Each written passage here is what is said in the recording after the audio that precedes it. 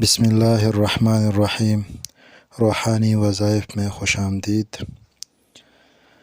اکثر لوگ پوچھتے ہیں کہ ہماری بیوی ہماری اطاعت نہیں کرتی، تو اس کے لیے کوئی اچھا سا عمل ہمیں بتاؤ تاکہ میری بیوی میری فرمان بردار ہو جائے۔ تو یہ یاد رکھیے، جس گھر میں میاں بیوی کی زندگی اچھی نہیں گزر رہی ہوتی تو وہ گھر دوزخ کے مانند ہے۔ تو اس لیے بیوی کا فرمان بردار ہونا بہت ہی ضروری ہے۔ اس کے لیے بہت ہی مجرب وظیفہ ہے۔ جس کی بھی بیوی نافرمان ہو اس کو کرنے کی اجازت ہے یہ وظیفہ۔